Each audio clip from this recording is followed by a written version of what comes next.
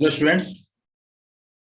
मैं पद्माकर मिश्रा आपके बीच एक नए वीडियो के साथ नए टॉपिक के साथ आज उपस्थित हूं। आप लोग के बीच एक लंबे समय से मैं नहीं आ पा रहा था। जैसा कि आप लोग को पता होगा कि सीबीएसई बोर्ड के भी एग्जाम चल रहे थे और आईसीएसई बोर्ड का भी, तो परीक्षा में ज्यादा व्यस्तता थी, इसलिए हम आप लोग के बीच नहीं आ पाए। अब परीक्षा खत्म हो गया। अब हम लोग सेमेस्टर 2 टर्म 2 के लिए अब अपना प्रिपरेशन करें। तो आज हमने ये फिर सीरीज स्टार्ट किया है और आज का जो वीडियो है वह सीबीएसई क्लास 12 इकोनॉमिक्स का जो पेपर हुआ है टर्म 1 का, उसको लेकर मैं आपके बीच हूं। और जो ये पेपर होगा इसका मैं सॉल्यूशन आप लोग को बताते जाऊंगा। ये सॉल्यूशन है, ये इसका आंसर है। यानी कि जो आपके पेपर हो चुके हैं टर्म 1 का, उसी पेपर को मैं सॉल्व करूंगा, जिससे आप भी मैच कर सकते हैं कि जो हमने क्वेश्चन किया है, रिस्पॉन्स किया है, उस हिसाब से मेरे कितने मार्क्स आ सकते हैं। ये जो मैं आपको बता रहा हूं ये मेरा अपना पर्सनल सॉल्यूशन है। बोर्ड के द्वारा जो भी आंसर दिया गया होगा या दिया जाएगा उससे मेरा इससे कोई लेना देना नहीं है। क्वेश्चन पेपर जो मैंने छात्रों से प्राप्त किया है उसके अकॉर्डिंग मैंने उसका सॉल्यूशन बनाया है। उस सॉल्यूशन को मैं आपको प्रेजेंट करूंगा। अब इस पे हम लोग आगे चलते हैं, देखते हैं कि क्या क्वेश्चन था, क्या उसका सही आंसर होना चाहिए। मैं आपको बताऊंगा, क्योंकि इकोनॉमिक्स के पेपर इसमें कोई कंट्रोवर्सी नहीं होती है। इसका आंसर ये नहीं ये होगा, क्योंकि वो फैक्ट बेस्ड होगा। जो आज छात्र हमारे साथ जुड़ रहे हैं आपका स्वागत है। और जिन लोगों ने अभी तक चैनल को सब्सक्राइब नहीं किया, इकोनॉमिक्स एट फिंगर टिप को सब्सक्राइब कर लें, ताकि अगला जो वीडियो आप लोग को जो यहां से मैं अपलोड करूं नोटिफिकेशन मिल जाए और आप उसका लाभ उठा सकें। चलिए स्टार्ट करते हैं।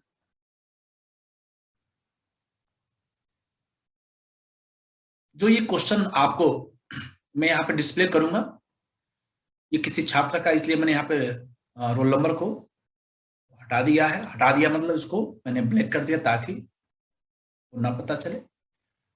ये सेट 4 है और जो क्वेश्चन पेपर कोड है 058/2/4, उसको मैं यहाँ एक्सप्लेन कर रहा हूं और ये एक्सप्लेनेशन आपको हेल्प करेगा। सेट 2 सेट 3 जो भी रहा होगा, अब मेरे पास तो यही पेपर जिस छात्र से मिला है उसको मैं यहाँ पे रखा हूँ, कोई दिक्कत नहीं। हम लोग आंसर देखेंगे। टोटल इस पेपर में 60 क्वेश्चन है और 20 मिनट एक्स्ट्रा टाइम दिया गया था पढ़ने के लिए बच्चे लोग को। 90 मिनट का टाइम है आंसर करने के लिए, 20 मिनट रीडिंग टाइम था और 40 मार्क्स का क्वेश्चन था। यानी कि एक क्वेश्चन 0.8 मार्क्स का होगा। आइए हम चलते हैं, स्टार्ट करते हैं क्वेश्चन नंबर 1 से। आप मैच कर लिएगा। सेक्शन ए में 24 क्वेश्चन होगा, 1 to 24, जिसमें 20 क्वेश्चन करने हैं। तो मैं 24 के आंसर बताऊंगा। सेक्शन बी में 24 क्वेश्चन है, उसके मैं आंसर बताऊंगा। और ऐसे ही बेटा 49 to 60 में 12 क्वेश्चन, इसमें 10 क्वेश्चन करने हैं, लेकिन मैं टोटल 60 क्वेश्चन का आंसर यहाँ पे डिस्प्ले करूंगा और समझाऊंगा आपको। इसमें जो मार्क लगा बेटा आप इसको इग्नोर कीजिएगा कि वह सही है गलत है, उससे हमारा कोई मतलब नहीं है। जो मेरे द्वारा आंसर बताया जाएगा आप उसको समझें। क्वेश्चन नंबर 1 है बेटा। Question number 1, identify which of the following is an example of non डेप्ट कैपिटल रिसिप्ट। नॉन डेप्ट, इसका मतलब ये हुआ बेटा कि हमने कर्जा नहीं लिया है, हमने किसी से बोरो नहीं किया है। और कैपिटल रिसिप्ट कह रहा है। कैपिटल रिसिप्ट का मतलब होता है, रिसिप्ट का मतलब होता है पैसा आया, तो जो मेरे पास पैसा आता है रिसिप्ट कहलाता है। और कैपिटल का मतलब होता है कि जहां पे हमारे एसेट में इंक्रीमेंट हो जाए या लाइबिलिटी हमारी क्या हो जाए, घट जाए। तो आप ये देखिए नॉन डेप्ट है। Financial aid from MNC from victims in flood affected area. ये बेटा क्या है? ये रिवेन्यू रिसिप्ट है, ये रिवेन्यू रिसिप्ट है। Borrowing from International Monetary Fund, बेटा ये डेप्ट रिसिप्ट, डेप्ट कैपिटल रिसिप्ट होगा। Borrowing from International Monetary Fund, आपने आईएमएफ से लोन लिया तो पैसा आपको मिला, रिसिप्ट तो है, लेकिन वह क्या है? बोरोड मनी है, उधार लिया गया है, तो कैपिटल रिसिप्ट होगा, लेकिन ये डेप्ट वाला बेटा नॉन डेप्ट नहीं होगा। Recovery of loan from the state government, जब गवर्नमेंट ने बेटा किसी को उधार दिया होगा और उस पैसे को उसने क्या कर लिया? रिटर्न करा लिया, उसको रिकवर किया। तो जो पैसा आपने किसी को लोन दिया होता है और उसको जब रिकवर करते हैं तो वह क्या कहलाता है बेटा? कैपिटल रिसिप्ट होता है, उसको कहते हैं नॉन डेप्ट कैपिटल रिसिप्ट कहते हैं। Dividend paid by the State Bank of India of to the government, बेटा ये कैपिटल रिसिप्ट नहीं है, ठीक है, पेड है बेटा, ये एक्सपेंडिचर में जाएगा, यानी कि करेक्ट आंसर क्या होगा? सी होगा। क्वेश्चन नंबर 1 का क्या होगा बेटा? सी। आपने जो आंसर किया होगा, आपके पास क्वेश्चन पेपर होगा, आप उसमें जो भी मार्क किया होगा उससे मैच करते जाइए। तो क्वेश्चन नंबर 1 का correct answer C. Question number 2 पे चलते हैं। Dash is the difference between value of export and import of services. ध्यान देना बेटा, यहां पर सर्विसेज लिखा हुआ है, ठीक है, यानी गुड्स की बात नहीं हो रही। यदि गुड्स की केवल बात होती तो बैलेंस ऑफ ट्रेड होता। Transfer payment in a given period of time, ठीक है, transfer payment in a given period of time किसमें आएगा? बैलेंस ऑफ ट्रेड नहीं हो, बिल्कुल नहीं होता है। क्यों? क्योंकि बैलेंस ऑफ ट्रेड में गुड्स का एक्सपोर्ट और इंपोर्ट होता है। Net invisible services, yes, services बेटा क्या होता है? वह विजिबल नहीं होता है। सर्विसेज को हम क्या करते हैं? नेट इनविजिबल कहते हैं ना। नेट इनविजिबल सर्विसेज क्यों होगा? क्योंकि यहाँ पे आपने सर्विसेज दिया दूसरे कंट्री को और दूसरे कंट्री सर्विसेज लिया है, उसका जो भी मनी वैल्यू होगा, उसका जो डिफरेंस होगा, उसको कहते हैं नेट इनविजिबल सर्विसेज कहते हैं। क्या कहते हैं? यानी करेक्ट आंसर इज बी। क्या होगा? B. Dash is the difference between value of export and import of services transfers payment in a given period of time। क्या होगा बेटा? Net invisible services. कोई दिक्कत? नो। नेक्स्ट क्वेश्चन पे चलते हैं हम लोग।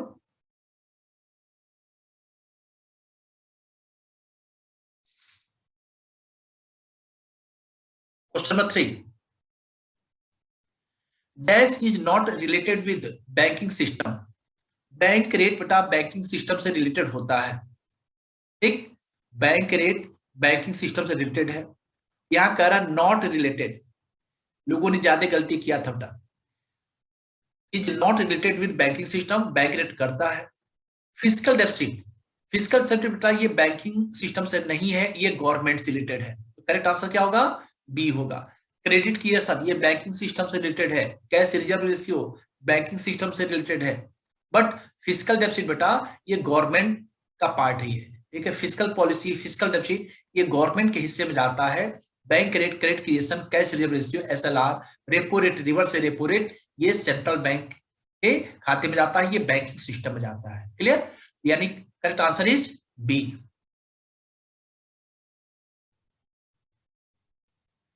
क्वेश्चन नंबर बेटा 4।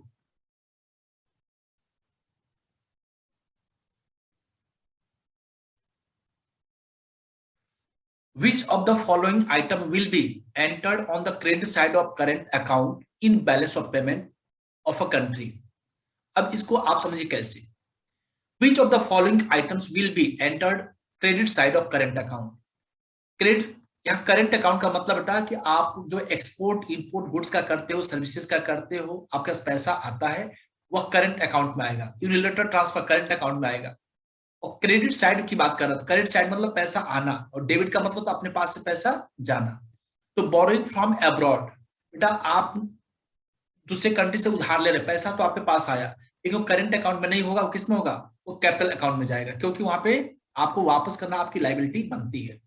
इंपोर्ट ऑफ मशीनरी, आपने इंपोर्ट किया है, ठीक है, तो आपका पैसा जाएगा, वो डेबिट साइड में आएगा, यहाँ लिखा क्रेडिट साइड।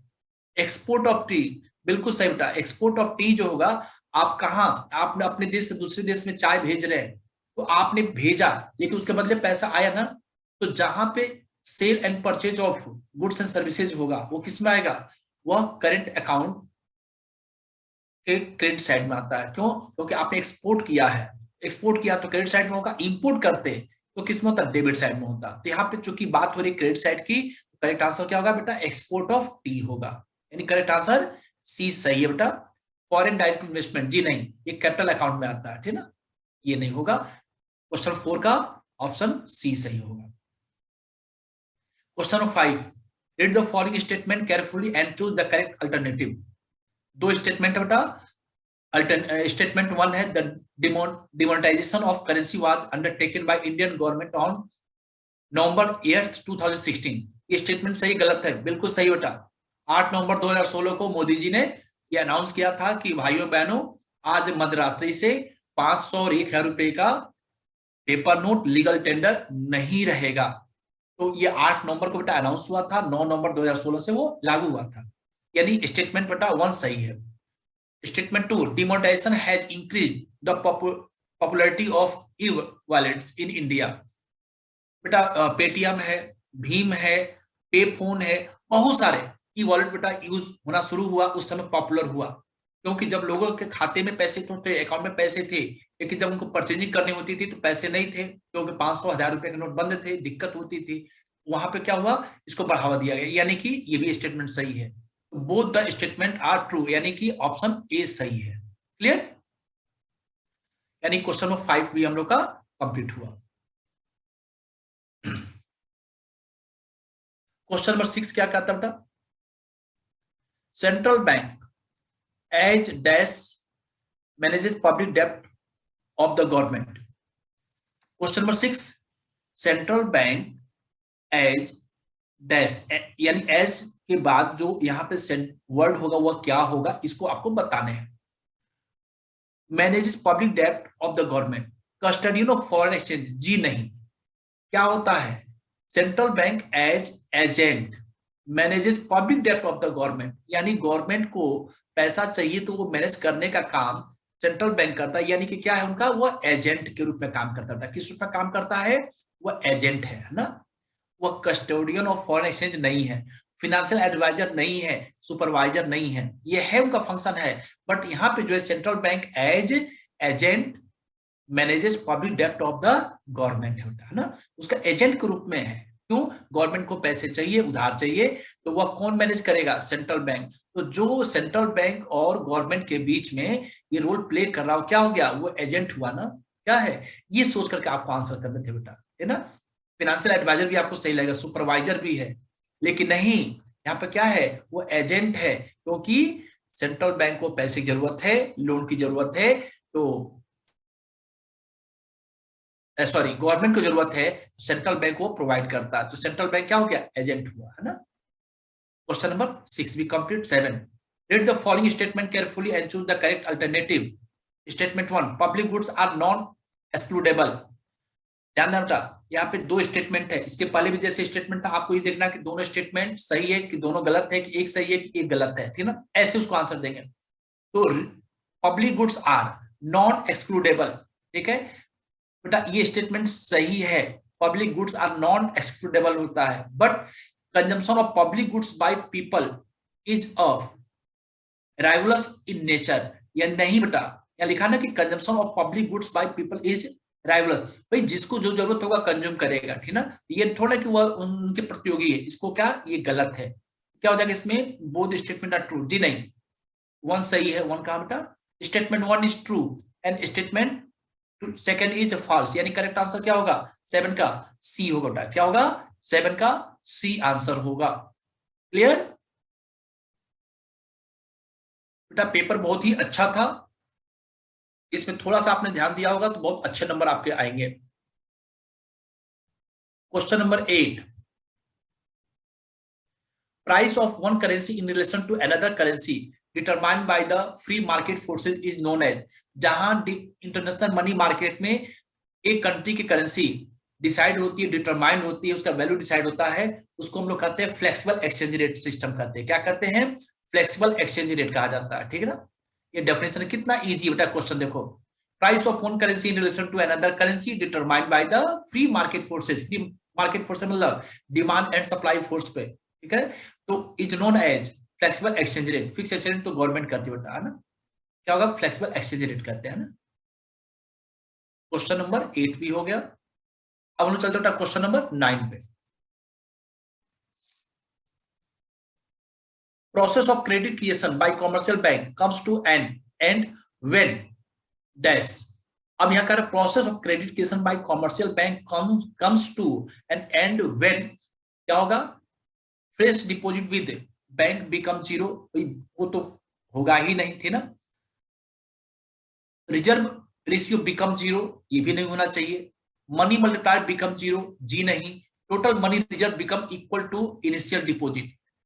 इनिशियल डिपॉजिट का मतलब होता है बेटा जो आप पैसा शुरू में जमा करते उसको इनिशियल डिपॉजिट करते थे ना, ये होगा total money reserves becomes equal to initial deposit, यानी करेक्ट आंसर इज 9 का डी होगा। क्या होगा, 9 का डी है। तो इसको मार्क कर दे रहा हूं मैं, 9 का डी। जोटा जिसको मैं रेड से हम मार्क कर रहा हूं, आप उसको फाइनल आंसर समझेंगे। Question number 10, in dash first industrial policy resolution of independent India was announced. बेटा पहला इंडस्ट्रियल पॉलिसी 1948 में आया था, उसके बाद 1956 आया था 1956। तो first industrial policy 1948, in 1948 first industrial policy resolution of independent India was announced, यानी क्वेश्चन नंबर 10 का correct answer is B.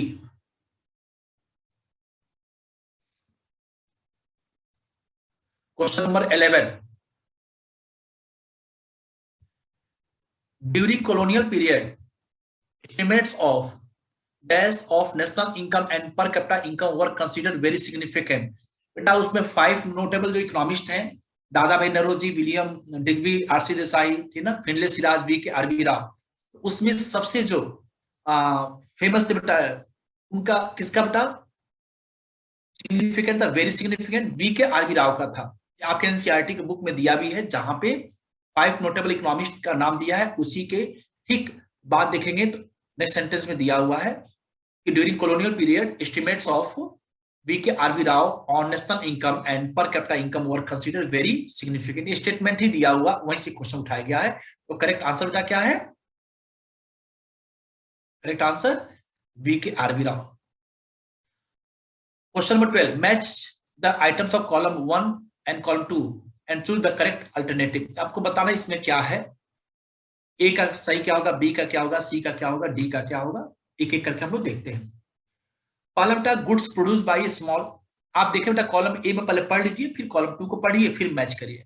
Goods produce by small scale industries were dereserve, ठीक है।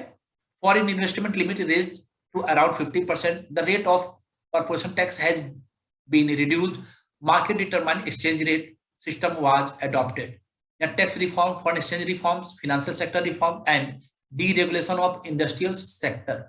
अब आपको ये बताना कि किसका कौन सा पेयर सही होगा, ठीक है। ए का क्या होगा, बी का क्या होगा, सी का क्या होगा और डी का क्या होगा, ठीक बेटा। यहाँ एक इसको मैं ऊपर कर देता हूं ताकि ऑप्शन भी दिखता रहेगा तो इजी रहेगा हम लोग को समझना भी।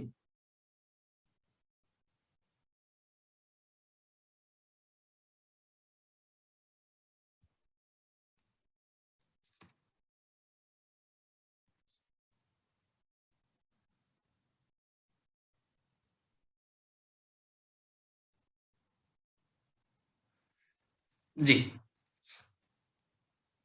मैच ऑफ द आइटम, हाँ, गुड्स प्रोड्यूस बाय ए स्मॉल स्केल इंडस्ट्री वर डी रिजर्व, ठीक है। तो जहां डी रिजर्व आगे बेटा, इसका मतलब क्या हो रहा है, इंडस्ट्रियल सेक्टर बेटा क्या किया जा रहा है, डी रेगुलेट किया जा रहा है, यानी D regulation of industrial sector, यानी कि यहाँ पे करेक्ट ऑप्शन आपका होगा बेटा, मैं बता दूं,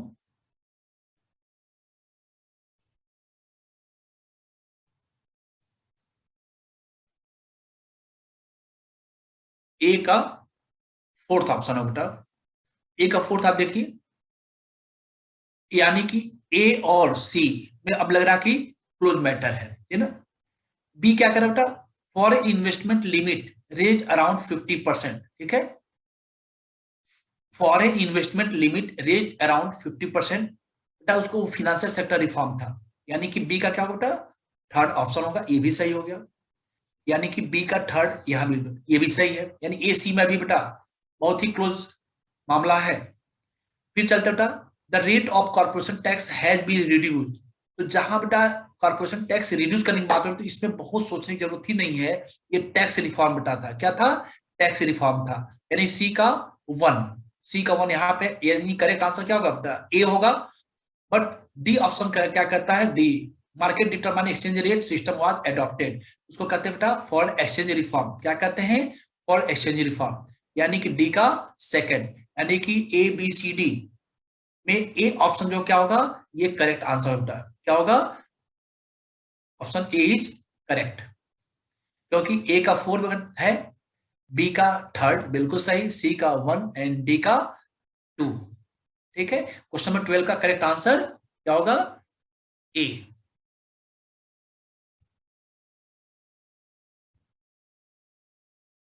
question number 13, dash is not a type of land reform introduced by government of India after independence. अब आपको ये बताना इसमें से कौन सा नहीं, लैंड सीलिंग बेटा ये तो था, ये लैंड रिफॉर्म में आता है, यानी कि आपको एक सर्टेन लिमिट ही मैक्सिमम फिक्स कर देना कि आपके पास इतना जमीन रहेगा, उसके अलावा जो होगा गवर्नमेंट को लेगी। एवोल्यूशन ऑफ इंटरमीडिएरीज बिल्कुल था, change in ownership of land holdings बिल्कुल था, use of high yielding variety seeds HYV seeds बेटा ये उसका पार्ट नहीं है, लैंड रिफॉर्म का पार्ट नहीं है, ये ग्रीन रिवोल्यूशन में आता है बेटा। किस में आता है? यानी 13 का करेक्ट आंसर क्या होगा? डी होगा। क्या होगा? 13 का डी ऑप्शन है बेटा, ये वाला आंसर। ठीक है, क्वेश्चन 13 का डी। क्वेश्चन नंबर 14, यहां भी 2 स्टेटमेंट दिया हुआ है, 2 क्वेश्चन के एक साथ हम लोग देखेंगे। The planning commission has defined poverty line on the basis of minimum calorie intake of an individual in a day. आपने यहां पढ़ा होगा बेटा इस टॉपिक में, जहां पॉवर्टी था कि 2 उसके बेस है, एक है कैलोरी और दूसरा बेटा मंथली पर कैपिटा एक्सपेंडिचर। तो यहाँ पे बात हो रही है किसकी? प्लानिंग कमीशन की बात हो रही है। किसकी बात हो रही है? प्लानिंग कमीशन की। इसमें देखिए, प्लानिंग कमीशन ने कहा था कि जो रूरल एरिया से लोग रिलेटेड हैं उनको 2400 कैलोरी एनर्जी यदि पर डे मिलता है तो वो गरीब नहीं है, उससे कम मिलता है तो बिलो पॉवर्टी लाइन है, और जो अर्बन एरिया से बिलोंग करते हैं उनको 2100 कैलोरी की बात हो रही है। यानी कि स्टेटमेंट 1 क्या है? सही है। Monthly per capita consumption expenditure MPC method is also used to determine poverty line India, बिल्कुल ये भी स्टेटमेंट सही है। गांव के लिए बेटा 816 रुपए रखा गया है, ठीक ना, ये रूरल एरिया के लिए, रूरल एरिया के लिए बेटा रुपीज 816 रुपीज है, और अर्बन के लिए, अर्बन एरिया के लिए कितना बेटा? रुपीज 1000 रुपीज है ना। ये है करेक्ट आंसर। क्या बेटा? ये दोनों सही है, option A is correct. Question number 15, in 1991 dash was immediate impact of devaluation of Indian rupees, ठीक ना, उससे क्या हुआ उसका? इन 1991 dash was the immediate impact of devaluation of, यदि करेंसी का वैल्यू घटा दिया जाता है उससे क्या होता है? जब किसी कंट्री की करेंसी की वैल्यू घटती है, ठीक है, तो जो फॉरेन आपका जो प्रोडक्ट होता है ना, वह उस फॉरेन दूसरे कंट्री के लिए क्या हो जाएगा? सस्ता होगा। जब वो चीपर होगा तो जो दूसरे देश वाले लोग होते हैं वो ज्यादा गुड्स आपके कंट्री से वो परचेज करेंगे। जब वो परचेज करेंगे तो आपके कंट्री में क्या होगा? फॉरेन एक्सचेंज आएगा। तो करेक्ट आंसर क्या होता है? इंक्रीज इन इनफ्लो, इनफ्लो मतलब अपने कंट्री में आया, इनफ्लो ऑफ फॉरेन एक्सचेंज, यानी करेक्ट आंसर बेटा क्या है? आगे सोचने की जरूरत ही नहीं है। क्या बेटा? Increase in inflow of foreign exchange. Correct answer is ए।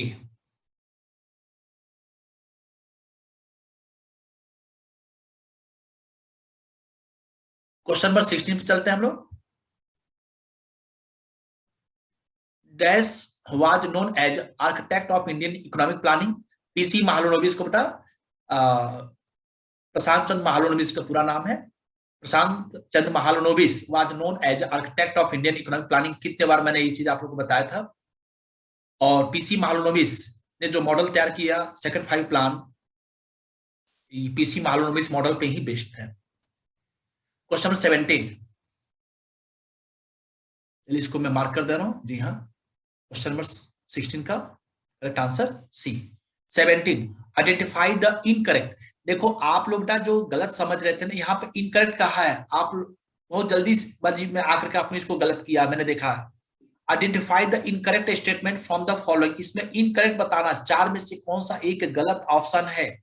तो horticulture has emerge as a successful sustainable livelihood, option for farmers India, ये सही है बेटा, ये गलत स्टेटमेंट नहीं है। इसमें पूछा है, आप इसको कर दिए, ये भाई सही है, लेकिन इसमें पूछा कौन सा सही नहीं है, तो ये अपने आप में स्टेटमेंट सही है, लेकिन यहाँ कह रहा क्या, इनकरेक्ट बताओ।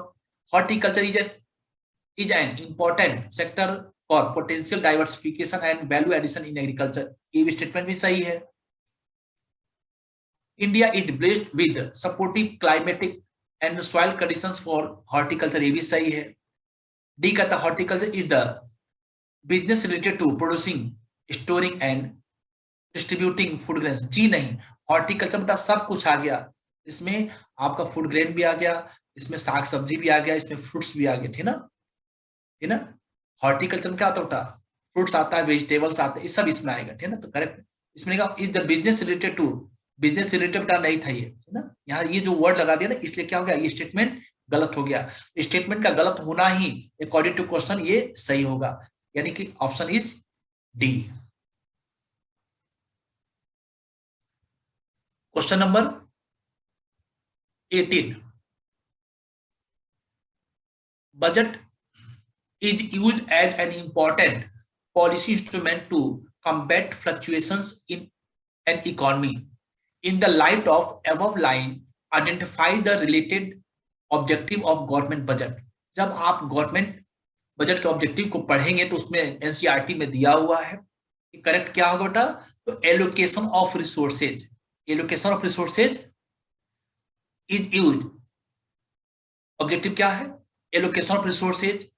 यहां पे पूछा है बेटा कि budget is used as an important policy instrument to combat fluctuations in an economy, ये जो दिया बेटा, ये इसमें से कौन सा ऑब्जेक्टिव से रिलेटेड है बेटा, एलोकेशन ऑफ रिसोर्सेज से नहीं है, ये किससे है, स्टेबलाइजेशन ऑफ प्राइसेस से है, यानी करेक्ट आंसर क्या होगा 18 का, correct answer is B, correct answer is B. Growth of economy से नहीं है, रिडिस्ट्रीब्यूशन ऑफ इनकम से नहीं है। आपको ये स्टेटमेंट बेटा जो दिया ना ये वाला, ये पढ़ करके और तब बताना है कि in the light of above line identify the related objective of government, कौन सा इसमें से गवर्नमेंट का ऑब्जेक्टिव इससे रिलेटेड है, वह है स्टेबलाइजेशन ऑफ प्राइसेस। क्या बेटा, स्टेबलाइजेशन ऑफ प्राइसेस है। क्वेश्चन नंबर 18 का correct answer B. Question number 19, read the following statement. Statement में मैं देख रहा हूं कि ज्यादा क्वेश्चन पूछे गए हैं, carefully and choose the correct alternative. Concept of absolute poverty is used to identify the number of poor people in India. ठीक है, ये स्टेटमेंट सही कि गलत है बेटा। एब्सोल्यूट पॉवर्टी का मतलब ही यही होता है कि concept absolute poverty is used to identify the number of poor people in India. Correct answer, ये करेक्ट स्टेटमेंट है, ठीक है, इसको मैं यहाँ पे टिक कर दूं, ये करेक्ट है।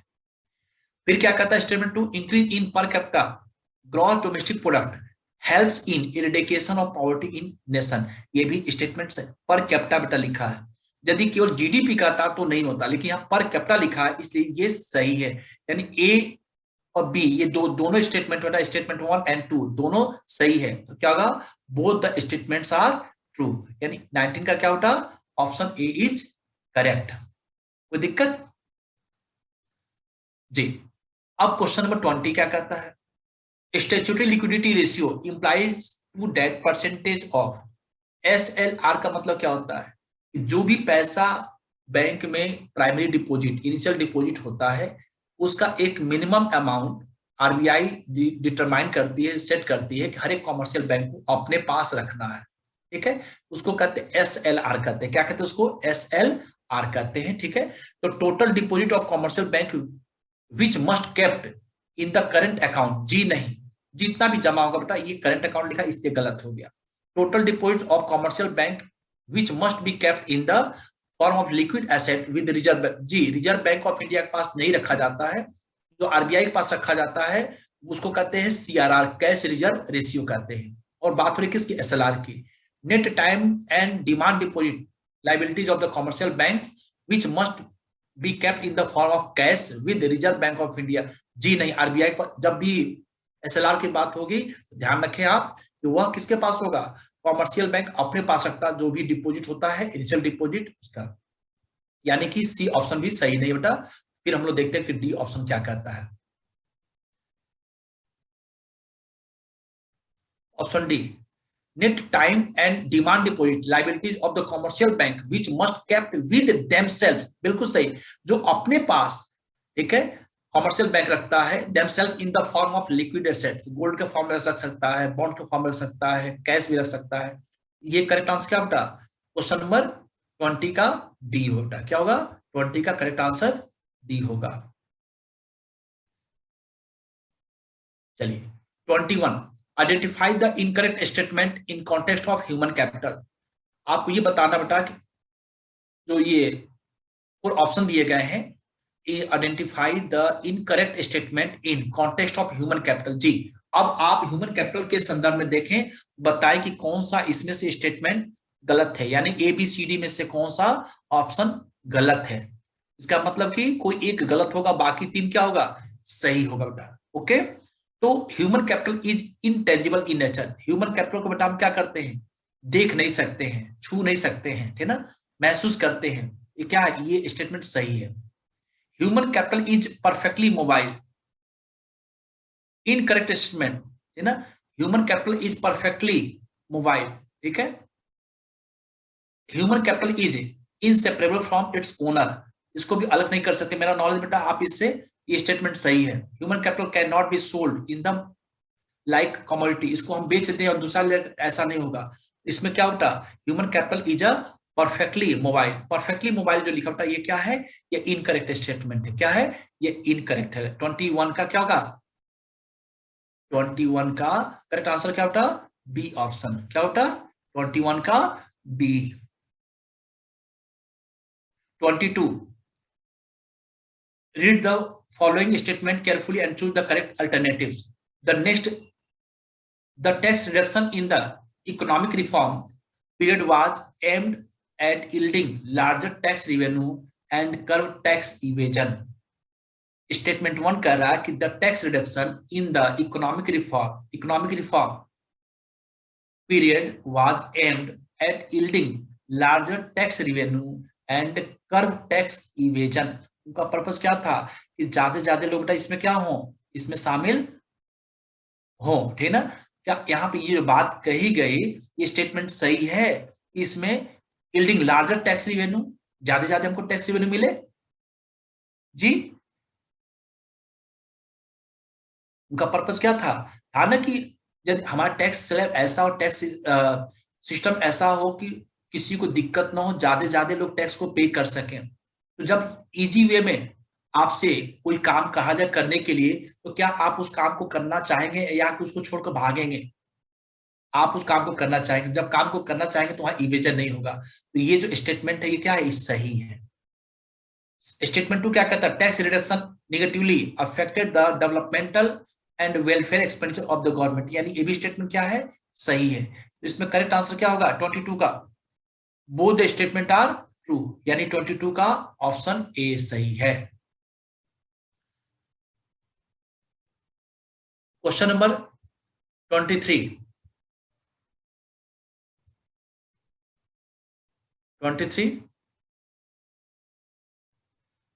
during the second half of 19th century, the cotton textile mill, mainly dominated by Indian entrepreneurs, were located mainly in, ध्यान रखना यहाँ पर ये कंफ्यूजन की चीज है बेटा, यहाँ पर 19th century लिखा हुआ, ठीक ना। During the second half of 19th century, the cotton textile mills mainly dominated by Indian entrepreneurs were located mainly in, कहाँ पे, तो 23 का बेटा बंगाल नहीं है, इस शुरुआती दौर में था, क्या होता, महाराष्ट्र। क्या होता, महाराष्ट्र, ठीक ना। Correct answer is B. During the second half of 19th century, the cotton textile mill mainly dominated by Indian entrepreneurs were located mainly in Maharashtra.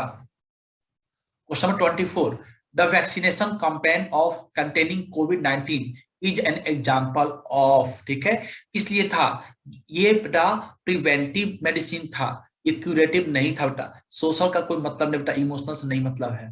ये क्या था, प्रिवेंटिव था, बचाव के लिए था, ताकि हम कोविड-19 से बचने के लिए जो पहले हम वैक्सीन लेते हैं, तो यही होता ना कि हम पहले से बचना चाहते हैं, पहले से हम जब हम उस इंजेक्शन को, उस वैक्सीन को ले चुके होंगे, तो यदि कोई वायरस होगा तो हमारे शरीर पर उतना प्रभाव नहीं डालेगा। यदि आता भी है तो जो पहले से वायरस है उसको वह अटैक करेगा, उसको वह अब उसके इफेक्ट को वह कम करेगा। करेक्ट आंसर क्या बेटा 24 का ए। अब आप देख लें बेटा सेक्शन ए में 24 क्वेश्चन थे, 20 करने थे, तो आप कितने सही किए इसमें से। Now question number 25 section B पे चलते हैं। In the context of current account identify the incorrect statement from the following. Current account के कॉन्टेक्स्ट में अब आपको बात करनी है। Export of goods and services are recorded as a credit item. Export of goods and services incorrect कर रहा, तो ये तो सही है, होता है। जब आप गुड्स का, सर्विसेज का एक्सपोर्ट करते हो तो वह करेंट अकाउंट में आता है, क्रेडिट साइड में आता है, ये सही है। Import of goods and services are recorded in debit item, बिल्कुल सही बेटा, ये भी सही है, ठीक ना। All transfer payment are recorded as a debit item. Transfer payment का मतलब गया, ठीक है। तो जो पैसा आपके कंट्री से जाता है वो क्या होता है, वो डेबिट ट्रांसफर पेमेंट, ठीक ना। ट्रांसफर पेमेंट मतलब किसी को आपने क्या कर दिया, दान दिया हो, ठीक है, गिफ्ट दे दिया हो, ठीक ना, वो किस में आएगा, वो ट्रांसफर पेमेंट में होगा, वो करंट अकाउंट में आ जाता है ना। यूनिलैटरल ट्रांसफर किस में आता है, करंट अकाउंट में आता है, डेबिट में कि क्रेडिट में। तो आपने दिया है पैसा तो वह डेबिट में आएगा, यदि वही मिलता आपको तो क्या होता, वो क्रेडिट में आता, ठीक ना। और नेक्स्ट बेटा क्या आता है कि और transfer receipt are recorded as debit. जो पैसा मिलता बेटा ना उसको क्रेडिट आइटम में शो करते हैं, डेबिट आइटम में शो नहीं करते। और ट्रांसफर रिसिप्ट लिखा है यानी कि पैसा मिला है, ठीक है, बिना कोई काम किए, वन वे, ठीक है, तो वो क्या होगा, वो करंट अकाउंट के क्रेडिट साइड में होगा। डी ऑप्शन का क्या है, जिस भी छात्र ने इसको मार्क किया ये करेक्ट आंसर बेटा ना 25 का डी है। Now if the legal reserve ratio is 20% and initial deposit is 2000, then value of money multiplier। Money multiplier का बेटा, मनी मल्टीप्लाई का फॉर्म होता है 1/LRR होता है, 1/20% होगा, यानी कि 100/20 इज इक्वल टू 5, यानी 5 कहाँ गया, ये रहा 5 यहाँ पे है, और कहीं 5 तो है नहीं, आप इसको लगा दीजिए। और मनी क्रिएशन का रहा, तो मनी क्रिएशन में क्या कर देंगे, जो इनिशियल डिपॉजिट होता है उसको मल्टीप्लाई करते हैं, 2000 से आप इसको मल्टीप्लाई कर दोगे तो हो जाएगा 10,000, यानी 5 हो गया आपका मनी मल्टीप्लायर, ठीक है, एंड 10,000 हो गया बेटा मनी क्रिएशन। तो यहाँ पर हो जाएगा 5, यहाँ हो जाएगा 10,000, ठीक है, ये आंसर है। Correct option is a. कोई दिक्कत,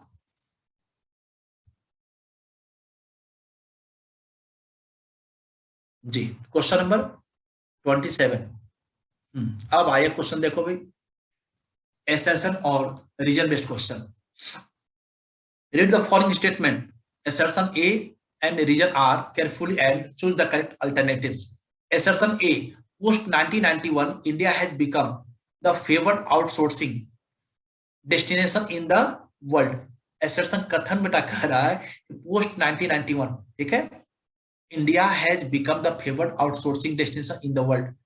भाई आउटसोर्सिंग मतलब क्या है, इंडिया ज्यादा से ज्यादा मैन पावर की सप्लाई करता ना दूसरे देशों को, जी बेटा ये बहुत आज फेमस है आउटसोर्सिंग। जो देखते हो मल्टीनेशनल कंपनियां इंडिया में आती हैं, ठीक है, या ऐसे समझो कॉल सेंटर, तो कोई विदेशी कंपनी है, वो कॉल सेंटर उसका नोएडा में है, इंडिया में है, ठीक है, और वहां पे हम जाकर के एज अ कॉल सेंटर में हम अपना सर्विस देते हैं। हम इंडिया में लेकिन काम कर रहे हैं किसके लिए, अमेरिका के लिए कर रहे हैं, चाइना के लिए, जापान के लिए, जो भी कंट्री का वहां पे ऑफिस वहां करते हैं। तो ये बेटा सही है बेटा, India has become favoured outsourcing destination in the world. लोग ज्यादा लाइक करते हैं इंडियंस को। Indian labour has skilled labour force, बिल्कुल सही है, यानी इसलिए करते हैं, यानी रीजन बेटा वो भी सही है। और जो रीजन आर है वह असर्शन ए का सही एक्सप्रेशन है, यानी both assertion and reason are true and reason are is the correct explanation of assertion A, यानी कि ऑप्शन नंबर ए सही है। Post 1991, India has become the favored outsourcing destination in the world, and Indian labor has skilled labor force, बिल्कुल सही है, इसलिए वो Indian को ज्यादा लाइक करते हैं आउटसोर्सिंग के लिए। 27 का ए ऑप्शन बेटा सही है। Question number 28 cooperative marketing society have faced a downfall in the recent years. यहाँ पे स्टेटमेंट दिया बेटा, अब उसको आपको पढ़ करके और देखना है कि वो स्टेटमेंट जो दिया गया है उसके संदर्भ में इसमें क्या है, उसके क्या कारण नहीं है, ठीक ना। यानी identify which the following was not a reason behind its downfall, उसके घटने के पीछे कौन सा इसमें कारण नहीं है, कौन सा स्टेटमेंट रीजन यहाँ पे जो दिया है वो सही नहीं है, ठीक ना। तो lack of coordination between processing and marketing society सही है, इनएफिशिएंट फाइनेंशियल मैनेजमेंट ये भी सही है, inadequate coverage of all the members ये भी सही है, intervention of government is most essential. जी ये स्टेटमेंट बेटा क्या है, ये उसका जो कारण दिया बेटा ये सही कारण नहीं है, यानी 28 का क्या होगा, 28 का ऑप्शन नंबर डी सही है। ये रीजन नहीं है कोऑपरेटिव मार्केटिंग सोसाइटी के डाउनफॉल होने के, ठीक ना। क्वेश्चन नंबर 29 ये भी बेटा एसर्शन और रीजन बेस्ड है, ठीक ना। इसको पहले देख लेते हैं, फिर जो भी ऑप्शन होगा हम लोग वहां पे समझ जाएंगे। Read the following statement. Assertion A, human capital formation is a flow concept. जब ह्यूमन कैपिटल फॉर्मेशन की बात कही जाती है बेटा तो वो फ्लो कॉन्सेप्ट होता है, क्या होता है, फ्लो कॉन्सेप्ट होता है, यानी human capital formation is a flow concept, ये स्टेटमेंट एसर्शन ए सही है। Stock is the variable which is measure at a given point of time, ये भी स्टेटमेंट का सही है। स्टॉक की जब बात करें तो पॉइंट ऑफ टाइम की होती है, लेकिन क्या जो असर्शन ए है इसको एक्सप्लेन करता है, ये स्टेटमेंट दूसरा होता है और ये दूसरा है, इससे कोई मैच नहीं करता है, यानी कि both assertion A and reason are true but reason are is the not correct expression of assertion A, इसका आंसर होगा बी। तो अभी आप इसको मार्क कर लो, करेक्ट आंसर होगा बेटा इसका बी होगा। जिस भी स्टूडेंट का है आप देखें कि उन्होंने क्या इसको मार्क किया है, सॉरी इन्होंने बेटा डी को मार्क किया है, लेकिन करेक्ट आंसर क्या होगा, करेक्ट आंसर बेटा, करेक्ट आंसर इज बेटा यहाँ पे इसको कर लेंगे, इसका करेक्ट आंसर होगा बेटा B. Which the following is incorrect about urban poor. They usually, देखो इनकरेक्ट बेटा कहा है, इनकरेक्ट अबाउट अर्बन पुअर के लिए कौन सा इसमें स्टेटमेंट सही नहीं है। They usually possess few asset, बेटा ये जो लिखा बेटा ये इनकरेक्ट नहीं है बल्कि ये करेक्ट है। They work as a unskilled worker, ये भी सही है। It also include those poor who have migrated from rural areas, बेटा माइग्रेट कर कहां से, रूरल से अर्बन में आते हैं। And they are usually landless working as a tenant cultivator, बेटा ये जो स्टेटमेंट दिया है अर्बन पुअर के लिए ये गलत है, यानी कि ये गलत है, लेकिन ये क्या है incorrect statement according to question सही है। तो 30 का डी ऑप्शन सही है। पेपर बेटा बहुत ही सिंपल था, थोड़ा सा आप लोग ध्यान देते तो जिन लोगों ने ध्यान दिया बेटा अच्छे मार्क्स आपको मिलेंगे। असर्शन बेटा यहाँ पे है, the purpose of licence policy was to promote regional inequality. The purpose of licence policy was to promote regional equality, ये असर्शन सही है कि गलत है बेटा, ये जो स्टेटमेंट दिया गया है सही है कि गलत है, यही था ना। रीजनल इनइक्वलिटी बेटा क्या हो, रीजनल इक्वलिटी को प्रमोट किया जाए। द मोटिव, यानी ये असर्शन सही है बेटा। Reason, the motive of licensing system was to monitor and control the industrial production, ये भी स्टेटमेंट सही है। तो यदि बेटा यहाँ पे क्या होगा, मॉनिटर और कंट्रोल करना है तभी तो बेटा रीजनल इक्वलिटी हो पाएगी, यानी स्टेटमेंट असर्शन ए भी सही है और रीजन आर भी सही है। और जो रीजन आर है वह क्या है, क्या उसका सही एक्सप्लेन कर रहा है, उसका सही एक्सप्रेशन है। The purpose of licence policy was to promote, ये तो है।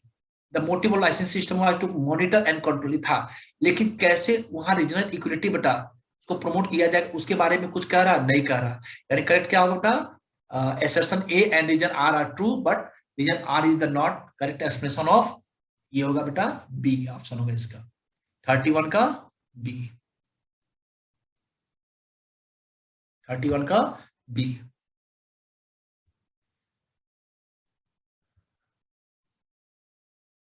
थर्टी टू स्टेटमेंट बेस्ड है। Read the following statement carefully and choose the correct alternatives.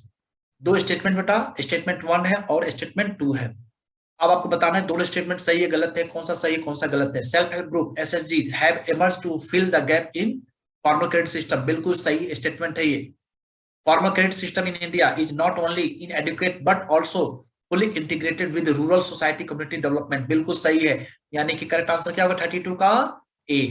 32 का बोथ स्टेटमेंट आर ट्रू है बेटा, ये सही है। थैंक यू जिस भी छात्र ने इसको ऑप्ट किया, बिल्कुल सही आंसर आपने लगाया। Question number 33, which of the following statement do not support with the functions of RBI as a supervisor to the commercial bank? इसमें से बेटा ध्यान देना है, which of the following statement do not support RBI, हाँ, with the function of RBI as a supervisor to the commercial bank। अब जब हम ये जानेंगे कि कैसे सुपरवाइज करता है आरबीआई कॉमर्शियल बैंक को, समझ में आ जाएगा। Regulates the expansion, merger, acquisition etcetera of the bank. Not support की बात कहा बेटा, नॉट सपोर्ट में क्या आ जाए बेटा, ये सपोर्ट करता है, ठीक ना। Formulates all rules and regulation for commercial bank, ये भी करता है। Extend loan to commercial bank, बेटा यहाँ पे ले सुपरवाइजर रोल कर रहा है बेटा, ठीक है ना। सुपरवाइजर का मतलब क्या होता है बेटा, एक्सटेंड लोन नहीं होता है, ठीक ना। सुपरवाइज का मतलब बेटा एक्सटेंड लोन नहीं होता, ठीक ना, वो कंट्रोल में आएगा। तो करेक्ट आंसर क्या होगा बेटा 33 का सी होगा, 33 का सी ऑप्शन बेटा। Inspection of operations of bank ये करता है ना, ये सपोर्ट नहीं करता बेटा ना, supervisor to the commercial bank में एक्सटेंड लोन, ये सुपरवाइजर में नहीं आता है ना। 33 का सी सही बेटा है ना। Question number 34, read the following statement, इसमें बताना दोनों स्टेटमेंट कौन सा सही है कौन सा गलत है, दोनों सही है या दोनों गलत है। तो स्टेटमेंट 1 कहता है एग्रीकल्चरल प्रोडक्टिविटी आज very low during British rule, very low बेटा, प्रोडक्टिविटी बेटा बहुत ही कम था। स्टेटमेंट क्या है, बिल्कुल सही है। स्टेटमेंट 2 क्या है, in absolute terms there was a growth in agriculture sector due to expansion of aggregate area under cultivation, ये भी सही है। करेक्ट आंसर क्या हो जाएगा, तो दोनों सही है, तो both statement are true, 1 and 2, ये बेटा ये भी सही है ना, ऑप्शन ए इज करेक्ट। 34 का ए। नाउ 35 पे चलते हैं। 35 रीजन बेस्ड क्वेश्चन है, रीजन बेस्ड क्वेश्चन बेटा। Read the following statement, assertion A and R, reserve ratio and credit creation power of commercial bank are directly related। अब देखो बेटा reserve ratio, जब रिजर्व रेशियो बढ़ता है बेटा तो क्रेडिट क्या होता है, घटता है। यहाँ पर लिखा बेटा क्या कि डायरेक्टली रिलेटेड, यानी एक बढ़ेगा तो दूसरा क्या होगा, दूसरा भी बढ़ेगा, एक घटेगा तो दूसरा भी घटेगा। तो ये जो एसर्शन बेटा वो सही के गलत है, एसर्शन बेटा ए क्या आपका गलत है, ठीक है। क्या हो जाएगा बेटा इसमें, ए गलत है। इसमें अब तब आपको जब मालूम हो गया एसर्शन ए बी होगा ही नहीं, सी भी नहीं होगा, क्योंकि ये ट्रू ट्रू है, तो क्या हो जाएगा डी हो जाएगा। Credit creation is product of the reciprocal reserve, ये बेटा ये बिल्कुल सही है। तो assertion A wrong, reason are is correct, है ना। ये बेटा ऑप्शन नंबर डी है। ऑप्शन क्या है 35 का डी सही होगा। If the value of export of merchandise is rupees 1500 crore and imports of goods are 20% more than export, the value of imports and trade deficit will be।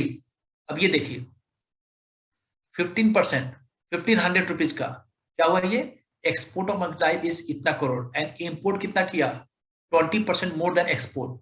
तो जब आप पहले ही लिख दिया यहाँ पे कि आपने क्या किया है, ज्यादा इंपोर्ट किया, तो कितने का किया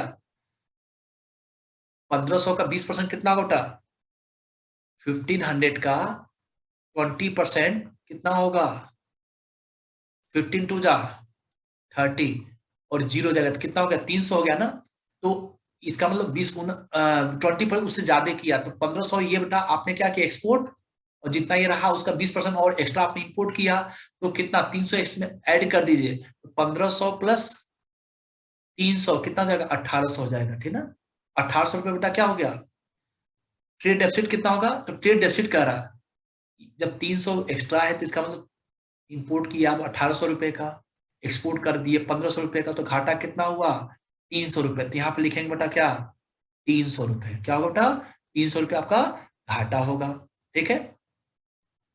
नहीं, क्या कहा है इसमें, वैल्यू ऑफ इंपोर्ट पर लिखा ना बेटा, सॉरी बेटा, वैल्यू ऑफ इंपोर्ट की बात कर रहा है। वैल्यू ऑफ इंपोर्ट कितना किया, 1800 का, ये हो गया, तो यहां लिखोगे 1800, ठीक है। अब कह रहा है एंड ट्रेड डेफिसिट कितना होगा, ट्रेड डेफिसिट, ठीक ना, आपका घाटा कितने का हुआ, 1800 का इंपोर्ट, 1500 का एक्सपोर्ट, तो घाटा कितना हो 300, यहाँ क्या लिख देंगे 300।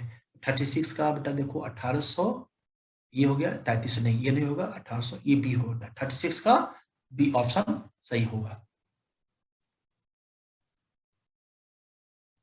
कोई ऐसा न्यूमेरिकल बेटा मुझे नहीं लगा कि पूछा गया इसमें जो आप लोग ना कर सके, बहुत इजी है। Identify the false statement in the context of Indian foreign trade. Foreign trade, Indian foreign trade के कॉन्टेक्स्ट में कौन सा स्टेटमेंट है इसमें से गलत है, इसका मतलब 3 सही होगा, कोई एक गलत होगा, ठीक है। 37 का ये मतलब समझना था कि इंडियन फॉरेन ट्रेड के संदर्भ में ये बात हो रही है, 4 स्टेटमेंट दिया गया है और आपको ये बताना है कि इसमें से कौन सा स्टेटमेंट गलत है, ठीक ना। 37 का, तो एक्सपोर्टर ऑफ रॉ मटेरियल बेटा, ये बेटा क्या है, रॉ मटेरियल का एक्सपोर्टर इंडिया था। Surplus in foreign trade account, जी, क्योंकि बेटा हम एक्सपोर्ट ज्यादा करते थे। इंपोर्टर ऑफ फिनिश गुड्स, बिल्कुल सही, importer of James and pearls from Britain, उससे नहीं होता था बेटा, हम क्या करते, फिनिश गुड्स बेटा यूज करते थे ना, ये नहीं था, ठीक है। ये क्या है, ये स्टेटमेंट गलत है, ठीक ना, ये गलती क्या हो जाएगा, यहाँ पे सही हो जाएगा। 38, दो स्टेटमेंट दिया, बताना कि क्या सही है क्या गलत। Poverty line is that point of the income distribution which divides the population of the country into rich and poor. बेटा जो यहाँ बात हो रही है, किसके संदर्भ में बात हो रही है, ये पॉवर्टी के संदर्भ में बात हो रही है, और पॉवर्टी को ध्यान में रखकर आपको उसके आंसर देने हैं। तो बेटा यहाँ पे है कि इतना यदि है तो वो अबव पॉवर्टी लाइन है, और इतना है तो इनकम डिस्ट्रीब्यूशन का, यही चीज बताता है अमीर और गरीब को स्टेटमेंट क्या हो रही है, ये सही कि गलत है। वहां पे कहीं लिखा गया है कि इतना इनकम रहेगा तो आप अमीर हो, इतना है तो गरीब है, जी नहीं।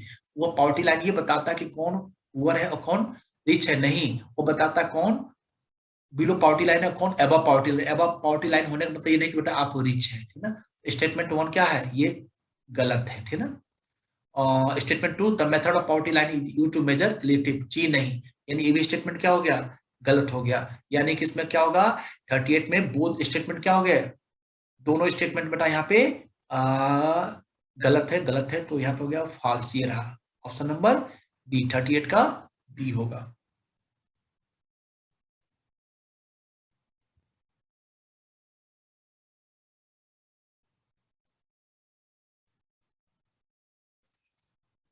Question number 39, which of the following item is included in capital account of balance of payment, ठीक है। कैपिटल अकाउंट की बात हो रही बेटा, interest and rent received from asset abroad, capital account की बात हुई। Income from banking services, remittances, foreign direct investment, जब कैपिटल अकाउंट की बात होती है, जहां पे लायबिलिटी की बात होती है, क्या होगा 39 का ऑप्शन नंबर डी होगा, ठीक है, नॉट ए, ठीक है, ऑप्शन नंबर 39 का डी होगा बेटा, ये 39 का डी।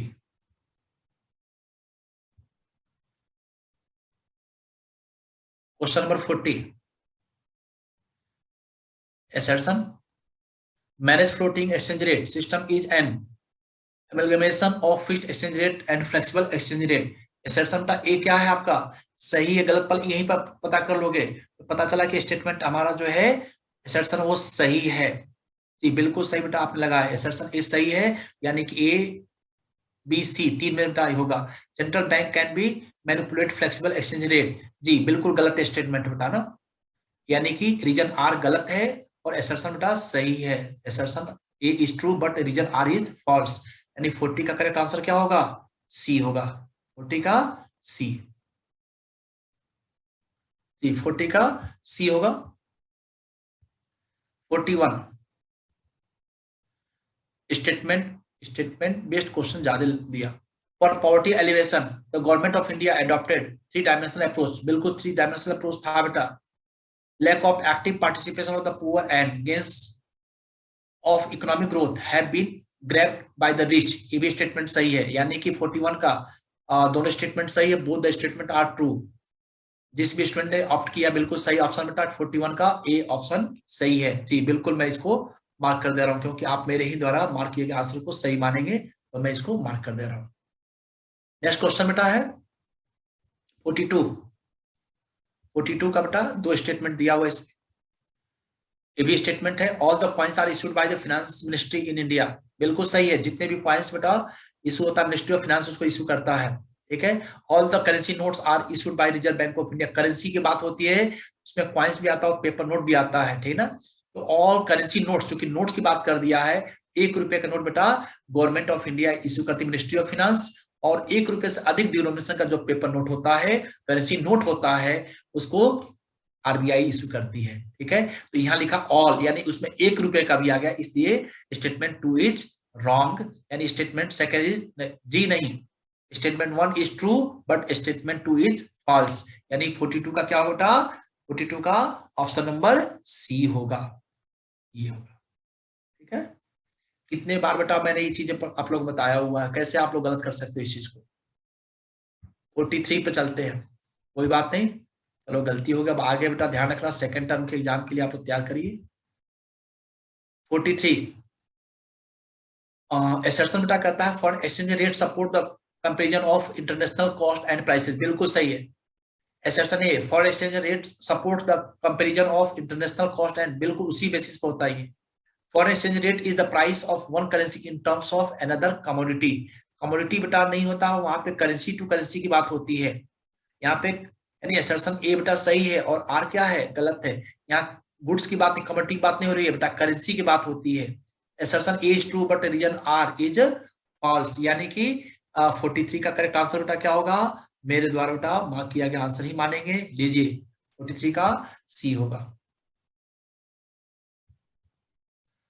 44 पे चलते हम लोग, इसको पहले मैं क्लियर कर दूं जी। 44 dash organisation collect statistics on poverty in India. बिल्कुल सही बेटा, इसमें होगा प्लानिंग कमीशन नहीं करता है, नेशनल सैंपल सर्वे ऑफिस करता है, एनएसएसओ करता है। 44 का B, NSSO organisation collect statistics on poverty in India, NSSO national sample survey office करता है, ओके। तो करेक्ट आंसर बेटा बी होगा।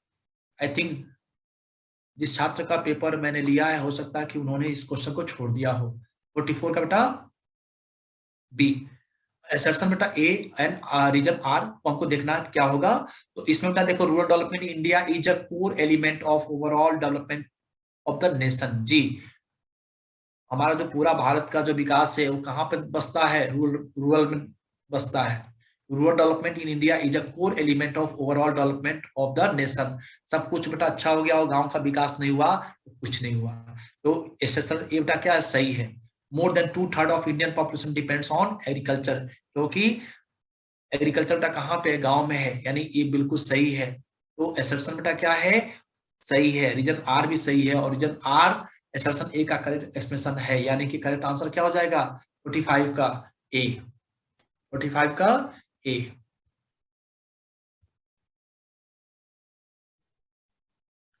46 विच of the following statement is incorrect. इसमें से कौन सा स्टेटमेंट गलत है। 46 का बेटा balance of payment is a flow concept. बेटा बैलेंस ऑफ पेमेंट बेटा फ्लो कॉन्सेप्ट बिल्कुल सही है, ठीक है। Balance of trade includes export and imports of goods and goods only. बेटा ट्रेड में जब आता है तो केवल गुड्स की बात होती है ना, इसमें सर्विसेज नहीं आता, यानी ये भी सही है। Charity of foreign countries is is recorded in the capital account. Charity बेटा जो होता है कहाँ होता है, कैपिटल अकाउंट में करते हैं। इनकरेक्ट की बात कर दिया बेटा, ये कहाँ आता बेटा, मैंने बताया था ना कि करंट अकाउंट में आता है, यहाँ कैपिटल अकाउंट लिखा है, इसलिए बेटा स्टेटमेंट क्या है, ये यहाँ पे लिखा है कैपिटल अकाउंट, ये करंट अकाउंट होता तो सही होता कैपिटल अकाउंट, इसलिए स्टेटमेंट क्या है ये 44 का सी।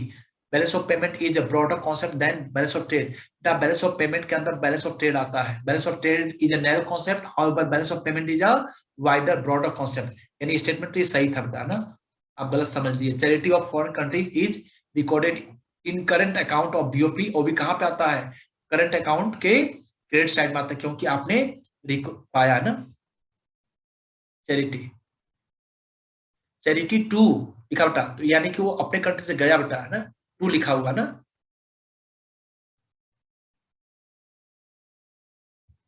Question number 47 47 distribution of outstanding loan of cultivators house hold. एक यहाँ टेबल दिया हुआ है और सोर्स भी लिखा हुआ था, नेशनल सैंपल सर्वे 48 राउंड रिपोर्ट नंबर 420 और 500। चलिए इसमें क्या कहा गया, गवर्नमेंट 7.1 1.7, कोऑपरेटिव सोसाइटीज बैंक 22। चलिए ठीक है, क्वेश्चन पूछा क्या इसमें 47 में, क्वेश्चन क्या पूछा,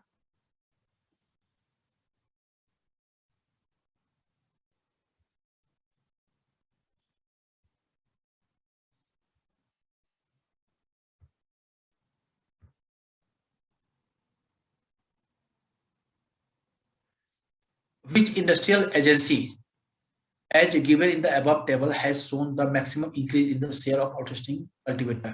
किसके लिए है, अब देखिए मैंने क्रेडिट एजेंसी दिया है, इसमें आपको ध्यान देना कि उसके बेसिस पर बताना है। तो international agency given the above has shown the minimum increase in the share of outstanding loans।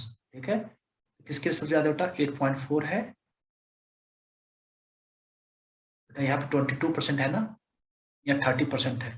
ठीक है, तो इसका करेक्ट आंसर क्या हो जाएगा, रिलेटिव फ्रेंड्स बेटा,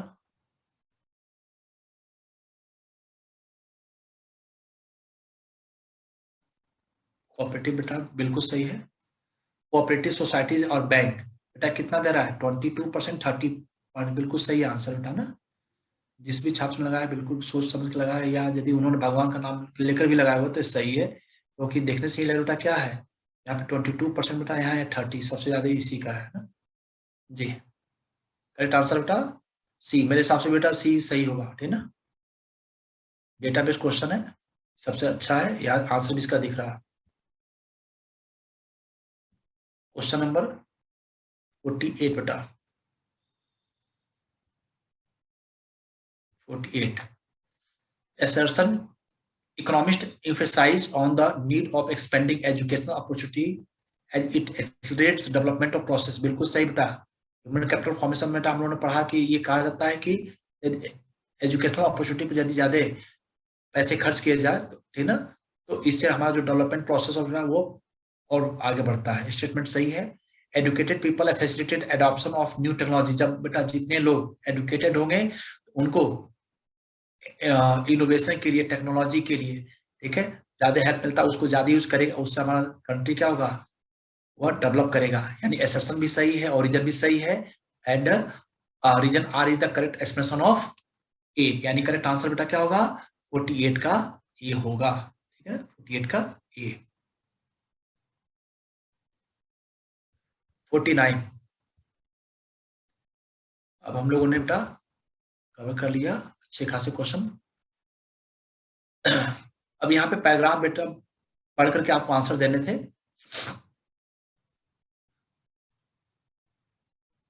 इस पैराग्राफ को बेटा मैंने पढ़ा, इन इसमें देखो दिया बेटा, in the industrial policy resolution 1956 there were classified into dash category. इसको मैंने टेलीग्राम पे इस क्वेश्चन को डाला भी था, तो कितने कैटेगरी को डिवाइड किया गया था, 3 कैटेगरी में डिवाइड किया गया था, ठीक ना। The adoption of socialist pattern national objective required the all industries और strategic importance in the public utility services should be in hands.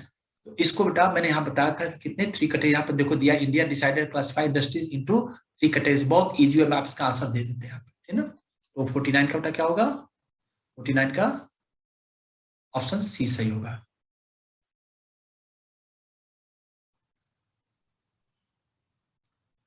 Question number 50,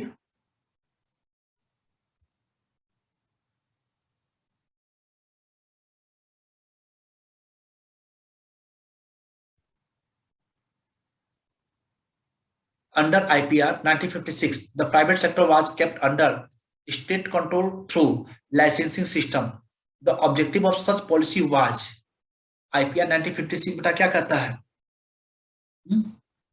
to promote regional equality, to ensure production exceed what the economy required, to ensure the private sector। बेटा यहाँ पे जो है ना IPR 1956 private sector was kept under the state control through licensing system. कौन सा? To ensure the private sector enterprises should not create monopoly. बेटा क्या होगा इसमें? करेक्ट आंसर क्या होगा? 50 का बेटा क्या होगा? बेटा ये भी सही है, जी नहीं। टू प्रमोट रीजनल इक्विलिटी था, बिल्कुल सही है। To ensure the production exceed what the economy required, यानी बेटा बी ऑप्शन भी सही है। जब बेटा बी भी सही है, ए भी सही है, A and B both are correct, तो B be to ensure that production exceed what economy, जी नहीं। आप उसको एक्सीड कैसे कर सकते हो? To ensure that private sector enterprise should not create monopoly, यानी ये सही बेटा, C, both A and B, sorry both A and C. Correct answer is D, 50 का D. Industrial policy resolution 1956 formulated the basis of, ये जो CBSE board के द्वारा बेटा सैंपल पेपर दिया गया था, उसमें एक क्वेश्चन था, industrial policy resolution 1956 form the basis of 5 year plan. कौन सा बेटा? First, second, third, fourth? क्या था? सेकंड था बेटा। करेक्ट क्या बेटा? 51 का correct answer is B. Question number 52,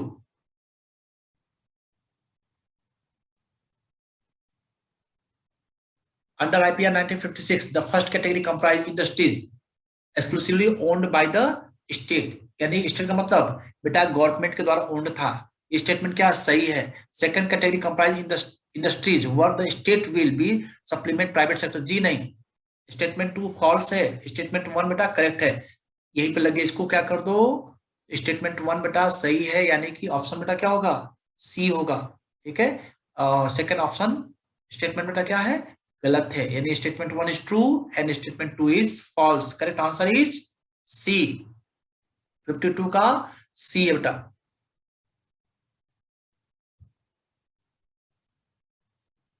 now 53,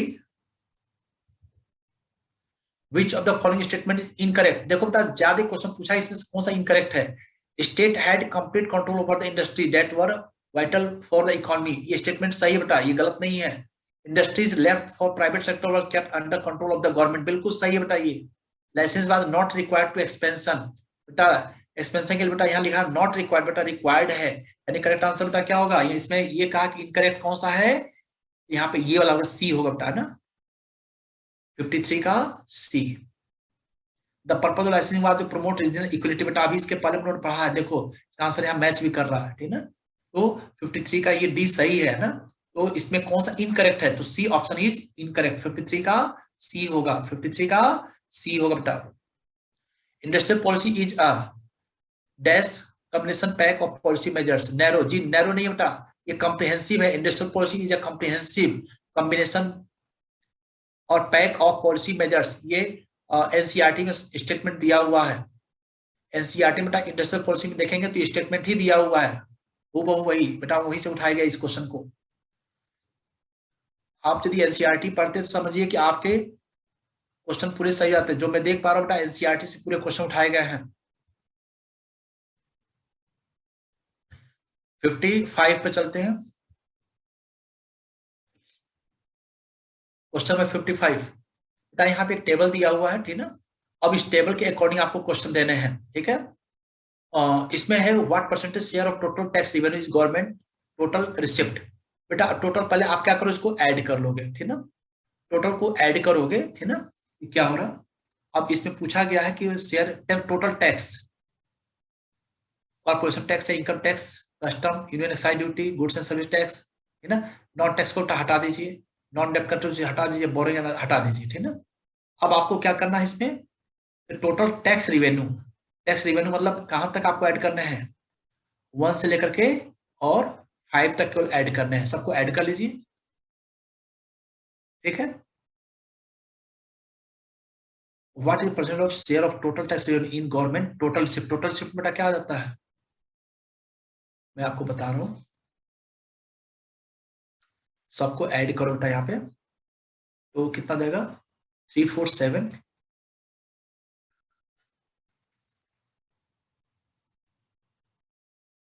zero हो गया, ठीक है, 4 4 1 5 6 7 3 10, 100% हुआ ना।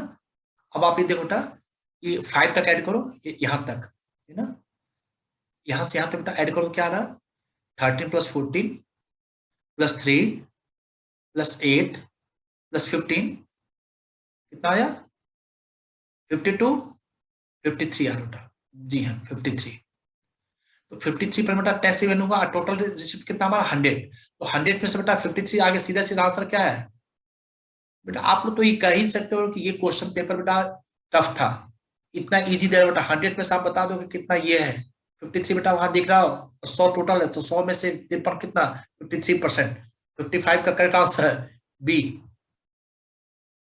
जी हाँ 56 पे चलते हैं। 56, identify which following is not example of non tax revenue. बेटा नॉन टैक्स रेवेन्यू की बात कर रहा, fees and fine non tax में आता है, बोरोइंग नॉन टैक्स में आता है, ग्रांट्स नॉन टैक्स में आता है, ठीक है ना। इसमें अगर कौन सा एग्जांपल नहीं है, ये तीन तो नॉन टैक्स में आते हैं, यानी सेकंड वाला बेटा क्या है, ये टैक्स में आता है। यहाँ लिखा है बिल्कुल सही है, जिस बच्चे ने इसको आंसर दिया बेटा बिल्कुल सही है। 1, 3 और 4 बेटा क्या है, ये नॉन टैक्स है ना। और इसमें कह रहा कौन सा उसका एग्जाम्पल नहीं नॉन टैक्स का, तो जब इनकम टैक्स बेटा क्या है, टैक्स है ना, ये हो जाए बेटा ओनली ओनली सेकंड बेटा, यानी कि option A is correct. 57, question 57 बेटा क्या कहता है,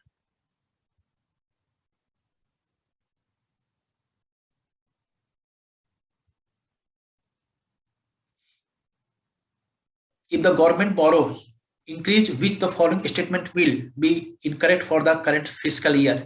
ठीक है, if the government borrowing increases, if the government borrowing increases which of the following statement will be incorrect for the current fiscal year। Private deficit will increase बेटा ये सही है, यदि ऐसा होता तो प्राइवेट डेफिसिट हमारा इंक्रीज करता सही है। इससे पूछा बेटा इनकरेक्ट, ये इनकरेक्ट पूछा कौन सा नहीं करेंट फिजिकल ईयर के लिए। Physical deficit will be increase बेटा ये भी बढ़ेगा, ये भी सही है। रिवेन्यू डेफिसिट विल डिक्रीज, जब बेटा यहाँ पे बोरोइंग आ गया तो रिवेन्यू डेफिसिट विल डिक्रीज कहां से करेगा, ये क्या हो जाएगा 57 बेटा, ये गलत स्टेटमेंट है।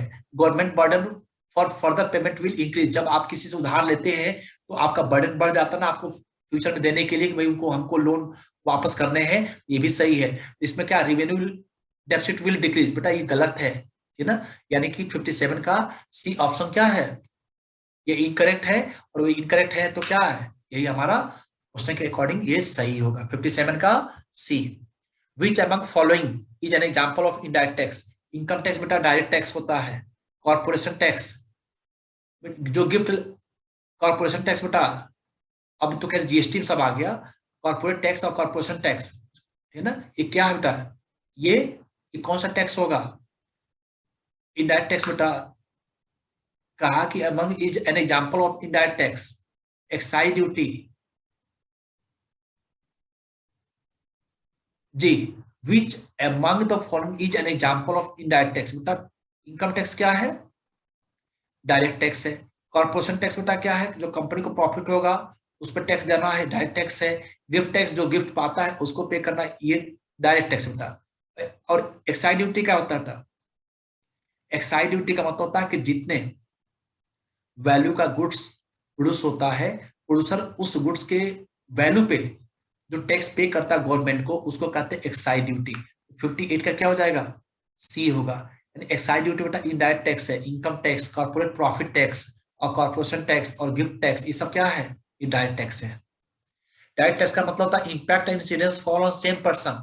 तो income tax, corporation tax, gift tax बेटा जिसके ऊपर गवर्नमेंट चार्ज करती है, इंपोज करती, उसी को देना पड़ता है, वो दूसरे को ट्रांसफर नहीं कर सकता। लेकिन एक्साइज ड्यूटी यहाँ पे प्रोड्यूसर ने टैक्स पे तो कर दिया, लेकिन फाइनली वो अपने टैक्स बर्डन को किसको, अगले स्टेज में वो ट्रांसफर करता है, और फाइनली कौन बियर करता है उसको, कंज्यूमर बियर करता है बेटा, है ना। तो यहाँ पर टैक्स ट्रांसफर हो रहा है, इसलिए एक्साइज ड्यूटी क्या हो जाएगा, ये इनडायरेक्ट टैक्स होगा। क्या होगा, ये इनडायरेक्ट टैक्स होगा। Question number 59, if the government borrowing, if the government borrowing for the fiscal year is 35,000 crore and interest payment are 5,000 crore, then value of fiscal deficit will B.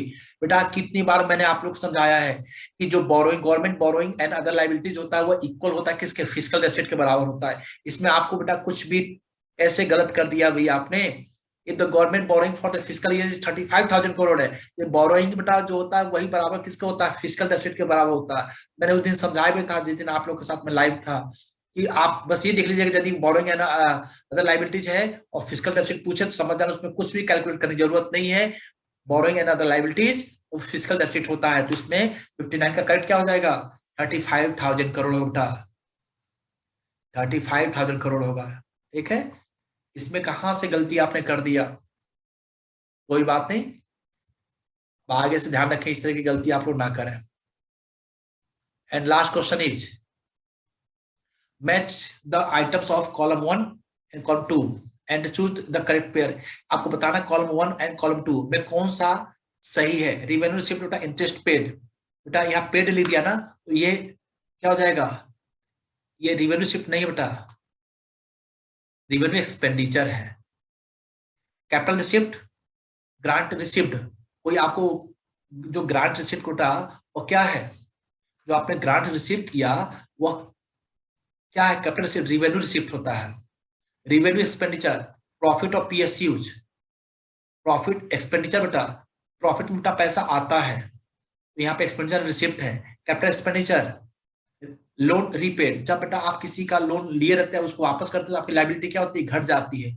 जब पैसा गया तो expenditure, क्योंकि रीपेड हुआ है तो गया तो एक्सपेंडिचर, और आपकी लोन गया है ना, आपने लोन किसी को लिया था, लोन किसी से लिया था उसको आप दे दिए, आपकी लायबिलिटी क्या होगी, घट गई, तो कैपिटल एक्सपेंडिचर होगा। तो डी फोर्थ होगा। करेक्ट आंसर क्या बेटा इसमें आ जाएगा 1 का जी, डी बेटा सही है, डी सही ऑप्शन है। ओके, तो ये मैंने आपको आंसर बेटा के साथ यहाँ पे एक्सप्लेन किया है। अब बोर्ड आप लोग को आंसर शीट सीबीएसई की वेबसाइट पे जब भी आए तो आपसे मैच करेंगे जो मैंने बताया और वो, और बोर्ड के द्वारा जो आंसर की दिया गया वह है ना, उसमें कितना है। ये मैंने जो बताया बेटा इस पेपर को मैंने अपने हिसाब से सॉल्व किया है, और ऐसा कोई क्वेश्चन था ही नहीं जिसमें कोई कंट्रोवर्सी हो। तो मुझे नहीं लगता है कि जो बोर्ड आंसर देगा और जो मैंने बताया उसमें कोई ऐसा कंट्रोवर्शियल क्वेश्चन है जिसका आंसर बेटा मिसमैच करे, ठीक ना। चलिए अब इसके बाद से बेटा नेक्स्ट जो मेरा वीडियो आएगा वो नेशनल इनकम पे होगा। अब नेशनल इनकम को कैसे मेजर करते हैं, कन्वर्जन कैसे है, कैसे फार्मूले को हम कन्वर्ट करते हैं, नेशनल इनकम के जो 3 मेथड्स हैं, वैल्यू एडेड मेथड है, इनकम मेथड, एक्सपेंडिचर मेथड, उसको कैसे सॉल्व करते हैं, उसके कौन कौन से कंपोनेंट हैं। तो मेरा जो नेक्स्ट वीडियो आएगा बेटा वह चाहे वो सीबीएसई बोर्ड के छात्र हो चाहे वो आईएससी बोर्ड के छात्र हो, ये सबको नेशनल इनकम पढ़ने कॉमन है। तो आप बेटा मेरा जो अगला वीडियो आता है उसके लिए आप वो जल्द ही आने वाला है, तो कोई आपसे वीडियो मिस ना हो, इसलिए जिन लोगों ने बेटा आज मुझे ज्वाइन किया है, चैनल को सब्सक्राइब नहीं किया है, तो प्लीज सब्सक्राइब कर लीजिए और नोटिफिकेशन बेल आइकन को ऑन कर लीजिए, ताकि जैसे मैं वीडियो यहाँ से अपलोड करूं आप तक नोटिफिकेशन चला जाए और तुरंत उस वीडियो को देखिए, क्वेश्चन को सॉल्व कीजिए। कोई डाउट है आप हमसे पूछिए, मैं आपके हर एक डाउट को क्लियर करूंगा। आपने इतना देख लिया होता कि जो मैंने आप लोगों को वीडियो प्रेजेंट किया था, चाहे वो सीबीएसई बोर्ड के छात्र हो चाहे वो आईएससी बोर्ड के छात्र हो, इवन क्लास 10th के लिए भी मैंने कुछ वीडियो यहाँ पे प्रिपेयर किया था। बच्चे लोग एग्जाम देकर आए, उन्होंने जो फीडबैक था बहुत ही अच्छा लगा, तो आप देखिए उसका लाभ उठाइए। और जो अपना टेलीग्राम लिंक है इकोनॉमिक्स एट फिंगर टिप, उसके साथ जुड़ जाइए, क्योंकि वहां पे भी क्वेश्चन हम आपको देते रहेंगे। आप वहाँ क्वेश्चन पूछिए, इसमें सॉल्व करके आपको बताते रहूंगा। जुड़िए, और जो कमी यहाँ पे आप लोगों ने रख ली है वो कमी अब आगे दोबारा ना हो तो अच्छा होगा। अब पछताए होत क्या जब चिड़िया चुन गई खेत, ये कहावत आपको ना कहने की जरूरत पड़े। वीडियो बेटा थोड़ा सा लेंथी होगा, लेकिन आप जुड़े रहिए और हर एक वीडियो को देखिए, पूरा देखिए, नोट्स बनाइए, और कोई कंफ्यूजन हो आप हमसे बेहिचक पूछिए, मैं आपको हेल्प करूंगा। थैंक यू, ध्यान रखिए।